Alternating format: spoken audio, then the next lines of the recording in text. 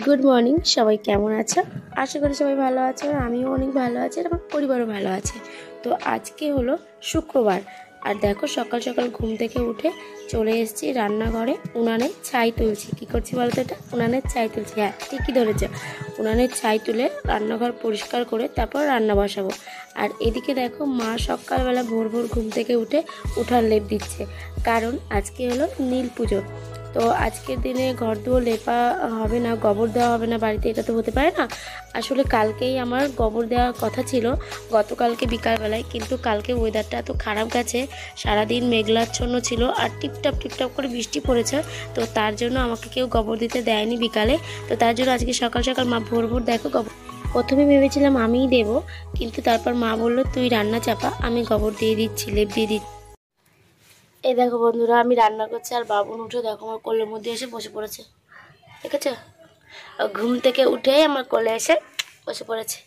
আর এই যে আমি রান্না বান্না করছি দেখো।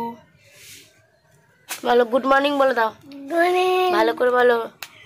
Good morning. Good morning. তোমার ব্রাশ হয়েছে? ব্রাশ হয়েছে?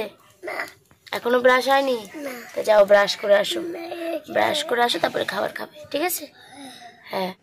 তো দেখো বন্ধুরা, রান্নাবান্না করে রান্নাঘরের কাজকর্ম সমস্ত করে এসে তারপর নিজের ঘরটাকে গোছাচ্ছি, কারণ বাইরের কাজগুলো হয়ে গেলে তারপর ঘরের কাজগুলো নিশ্চিন্তে করা যায়। আর এগুলো তো আমাদের ঘরোয়া বউদের, গৃহবধূদের প্রতিদিনের রোজকার কাজ। আমার তো রুটিন এগুলো, যে ঘর দোর পরিষ্কার করা আর এই মোছামুছি করা ডেলি নিয়মকার। তবে আজকে একটু ভালো হয়েছে, কেন বলো তো? আজকে দুজনই তাড়াতাড়ি উঠেছি, আমি আর মা দুজনই তাড়াতাড়ি উঠেছি। আর আজকে যেহেতু উপোস করব আমি, তো বেশিক্ষণ উপোস করে থাকা যাবে না, আর খুব বেশি কাজকর্ম একা হাতেও করা যাবে না। তো তার জন্য মা আজকে সকাল সকাল ঘুম থেকে উঠে বাইরের কাজ করার জন্য আমাকে অনেক হেল্প করেছে। ধরো মা সকালবেলা ভোর ভোর উঠে দেখলেই তো উঠানটা লেপে দিল, তারপর আরও সমস্ত কাজ করে দিয়েছে, উঠান ঝাড় দেওয়া, বাকি যেরকম সব কাজ থাকে বাইরের অনেক কাজ করে দিয়ে।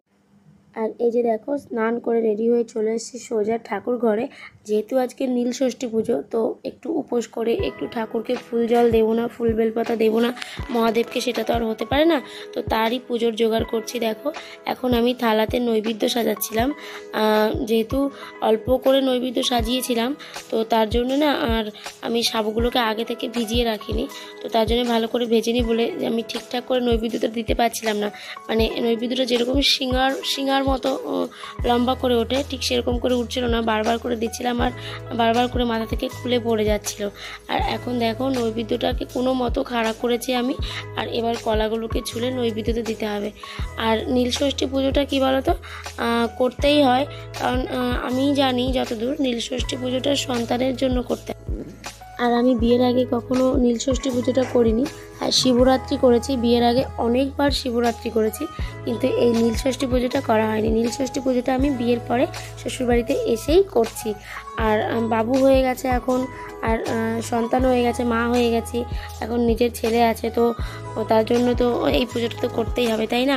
আর তারপর বড় কথা, ঘরে যেহেতু আমার মহাদেব আছে, ছোট্ট করে একটা মহাদেব আছে, তো তাকে আজকের দিনে ফুল জল দেবো না, বেলপাতা জল দেবো না, সেটা তো হতেই পারে না, তাই না বলো? তো দেখো আমার যে নৈবেদ্য সাজানোটা সেটা হয়ে গেছে, আর এখন দেখো ফল কাটতে বসেছি। এখানে বসেই ফলটা কেটে নিচ্ছি, আর বাইরে যাইনি, কারণ অল্প ফল আছে, তার জন্য এখানেই। তো বন্ধুরা, এই দেখো আমার পুজোর জোগাড় সব রেডি হয়ে গেছে। আর এই হলো আমার ছোট্ট করে বাবা মহাদেব। তো মহাদেবকে একটা ছোট গামলার মধ্যে বসিয়েছি, কারণ আমার মহাদেবের যে পাথরটার ভেতরে মহাদেব আছে, সেই পাথরটা একদমই ছোট, তার উপরে জল দিলে পারে পুরো ভেসে যাবে। তার জন্য আমি একটা গামলার ভেতরে, স্টিলের, এটা পুজোরই গামলা, স্টিলের গামলার ভেতরে মহাদেবকে বসিয়েছি। আর তার পাশে দেখো বেল, কাঁচা বেল ফল যা যা দিতে হয় সমস্ত কিছু দিয়ে ফুল দিয়ে সাজিয়েছি, আর প্রসাদ সাজিয়ে দিয়েছি। আর এখানে দেখো আমার রাধা গোবিন্দকেও সাজিয়ে দিয়েছি। পুজো করবো আর রাধা গোবিন্দকে সাজাবো না, সেটা তো হয় না। তো আমার গোবিন্দকেও আজকে স্নান করিয়েছি, স্নান করিয়ে নতুন পোশাক পরিয়েছি আর ভোগও লাগিয়ে দিয়েছি।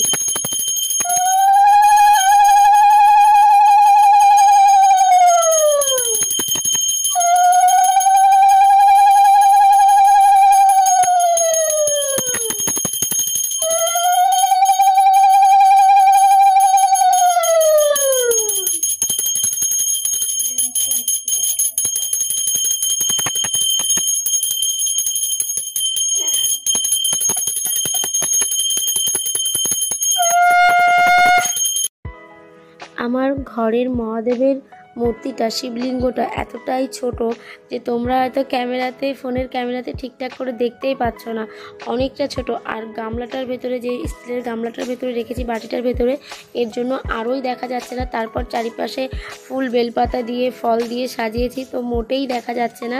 যাই হোক, বুঝে নিও যে ওই গামলাটার ভেতরেই আমার শিবলিঙ্গটা আছে। আর আমি এই শিবলিঙ্গতেই ঘরে বসেই আমি শিবরাত্রি করেছিলাম। আমি শিবরাত্রি করেছি যখন, তখন সারা রাত জেগে এই শিবলিঙ্গতেই আমি জল ঢেলেছি। সন্ধ্যাবেলায় একটু দোকানের সামনে বসেছিলাম, তো তখন দেখলাম বাড়ির সামনে দিয়ে এই যে দেখো মহাদেবের মূর্তি নিয়ে যাচ্ছে সন্ন্যাসীরা। তো একে পুজো করা হবে হয়তো কালকে, যেহেতু চড়ক, তো তার জন্য দেখো মূর্তি নিয়ে যাচ্ছে ব্যাংক পার্টি বাজিয়ে। বাড়ির সামনে দিয়ে গেল, তো ভাবলাম ভিডিও করে তোমাদের সঙ্গে শেয়ার করি, দেখতে খুবই সুন্দর লাগছে। তো বন্ধুরা, আজকের ভিডিওটা এই পর্যন্তই। ভিডিওটা ভালো লাগলে লাইক কমেন্ট শেয়ার করে দিও।